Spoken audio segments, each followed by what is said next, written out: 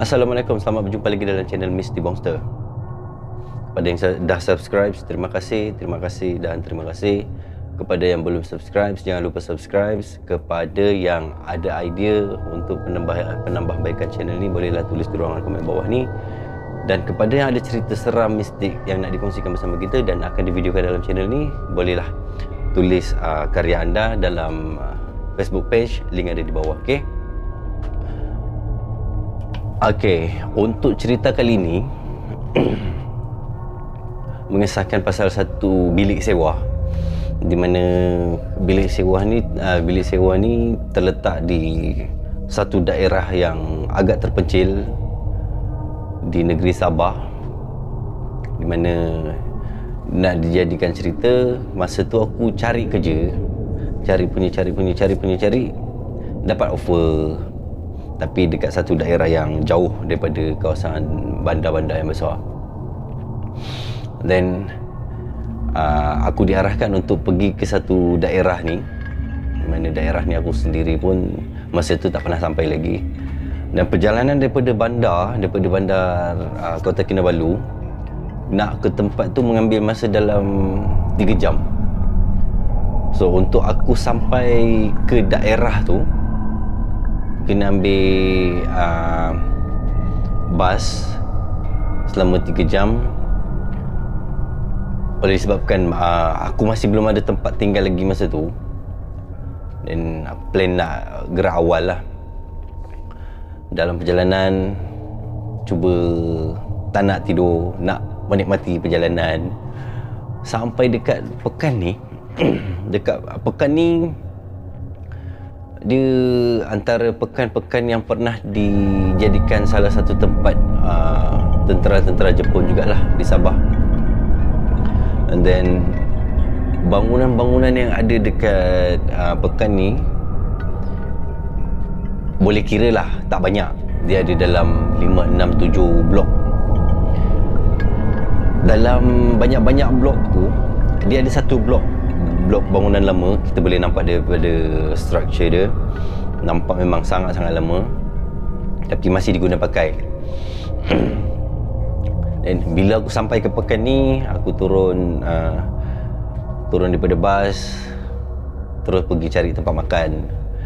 Planning nak tambah tenaga dulu, makan dulu untuk cari bilik sewa lah. Selesai makan, aku naik ke setiap tingkat bangunan kedai ni untuk cari bilik-bilik yang disewakan. Aku cari, pusing. Masa tu dah nak maghrib, sekitar pukul 5 lebih. Sebab Sabah waktu maghrib dia awal sekitar pukul 6 lebih. Masa dah nak maghrib ni, aku dah hujung-hujung dah nak malam ni, rasa kecewa jugalah. And then aku singgah lah bangunan lama ni. Dekat bangunan lama ni, dekat bawah tu ada satu kedai runcit, di mana owner dia orang India. And then aku tak terfikir pun nak tanya. Bila masuk kedai tu, aku beli air, nak beli sedikit jajan. And then uncle tu tanya, "Dek, muka you ni tak familiar tau dekat pekan ni. You daripada mana?" Dan aku pun bagi tahu lah, aku daripada Sempurna, datang KK cari kerja.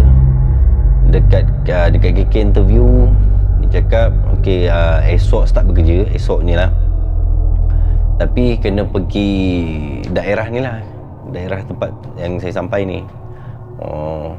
Uncle tu cakap, itu macam kah? Dia cakap. Then aku pun tanyalah, "Uncle ada tahu tak dekat-dekat sini yang bilik kosong untuk disewakan? Aku dah pusing dah daripada tengah hari tadi tak jumpa-jumpa." Dan uncle tu pun cakap, "Kenapa you tak datang kedai ni?" Dia cakap, "Saya ada satu bilik kosong. Kalau you nak, nanti lepas maghrib kita naik sama-sama." Sebab pekan ni dia awal sangat tutup. Selain daripada ada satu supermarket ni dia akan buka sampai pukul 10 malam, tapi kedai-kedai yang lain diorang akan tutup sekitar pukul 6 petang. Termasuklah kedai uncle ni. And then pendekkan cerita, dah nak maghrib, aku pun minta kebenaran lah dengan uncle ni. Uncle, aku nak pergi supermarket tu, nak cari apa yang patut lah. Dan aku pergi carilah barang-barang keperluan macam bantal, tilam yang murah-murah. Dan aku dah pergi kedai runcit tu balik, tengok uncle tu dah tunggu aku.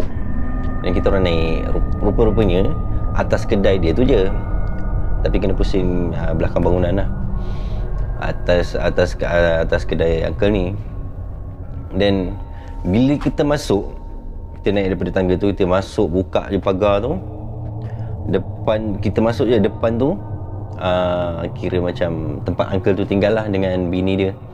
Sebelah kiri ni ada 1, 2, 3, ada 3 bilik. Tiga bilik ni disewakan. Yang bilik depan ni ada satu keluarga, suami isteri dengan 2 orang anak.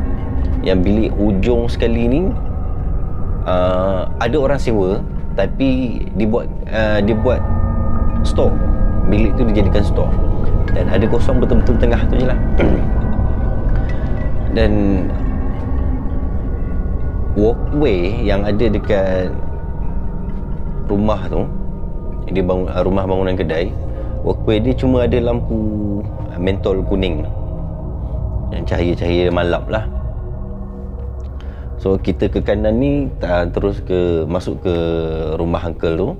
Ke kiri belakang tu bilik air dia kongsi. Untuk 3 bilik ni berkongsi, kecuali yang bilik uncle tu lah, dia ada bilik dia sendiri, bilik air dia sendiri. 3 berkongsi. Lepas tu malam tu, pendekkan cerita, aku kemas-kemas lah. Tapi bilik ni dia ada bau dia lain macam lah. Dia bukannya bau yang benda-benda tak elok. Dia macam entah, tak tahu nak describe, tapi bau dia sangat tak menyenangkan. And then malam tu macam ni tilam aku, sebelah kepala aku ni ada power point, ada plug untuk aku charge handphone. Dan kat situ jugalah aku letak barang-barang keperluan aku. Beg aku sebelah kiri. And then dinding bilik ni cuma dindingkan dengan plywood yang sangat-sangat tipis. Dan atas tu ada dinding tu dia tak sampai ceiling. So atas tu dia ada ruang. And then bila dah lewat malam, lampu walkway luar tu bila dipadam, dia ada pancar masuk dalam bilik. So dalam bilik tu malam. Lampu dalam bilik ni pula dia ada satu lampu putih, lampu Kalimantan ni, untuk orang yang dalam bilik ni lah. Bila aku padam lampu tu, aku dapat cahaya daripada walkway punya lampu tu je lah. Lampu tu bila dia padam memang dah gelap bilik tu. So malam tu sebelum aku tidur, aku pasang lagu, dengar lagu lah guna earphone. Dengar, lampu dah padam, dah gelap gelita. Dan aku pun prepare nak tidur, sebab esok awal pagi nak kena pergi tempat bekerja tu lah. Dalam keadaan gelap, mata aku terpejam, aku buka earphone, aku dengar orang menangis. Dan orang menangis tu betul-betul belah kaki aku. Dalam keadaan gelap, aku tak nampak apa-apa. Aku rasa ada orang duduk betul-betul sebelah kaki aku dan menangis. Oleh sebabkan aku rasa seram gila, aku pasang earphone balik. Bila aku pasang earphone, aku pun tak sedar. Sedar-sedar je dah alarm handphone aku dah bunyi. Dan aku siap-siap mandi untuk turun kerja lah. Bila aku dah lapor diri ke tempat kerja ni, dah start buat kerja, and then lunchtime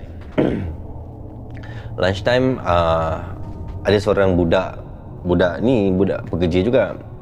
Dia ajak aku lunch sesama. Pergilah makan. Aku bagi tahu aku kena kacau semalam. Cakap kena kacau macam mana? Aku bagi tahu lah apa yang aku cerita tadi. Aku dengar orang menangis. Lepas tu member ni tanya, kau tinggal dekat rumah sewa uncle kedai runcit bawah tu kan? Cakap, kenapa? Kau tinggal bilik tengah kan? Kenapa? Aku pun excited nak tahu. Kalau kau nak tahu, budak ni cerita, kalau kau nak tahu, bilik yang kau tinggal tu ada satu kes baru sangat berlaku 2-3 minggu lepas. Dia cakap, apa kes?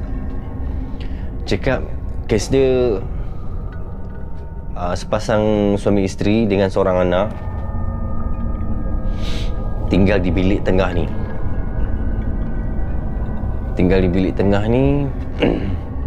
Dan lelaki ni, suami kepada suami isteri ni, suami ni dia ada perempuan lain. Dia cakap perempuan lain tu desak dia tinggalkan isteri dia untuk kahwin dengan dia.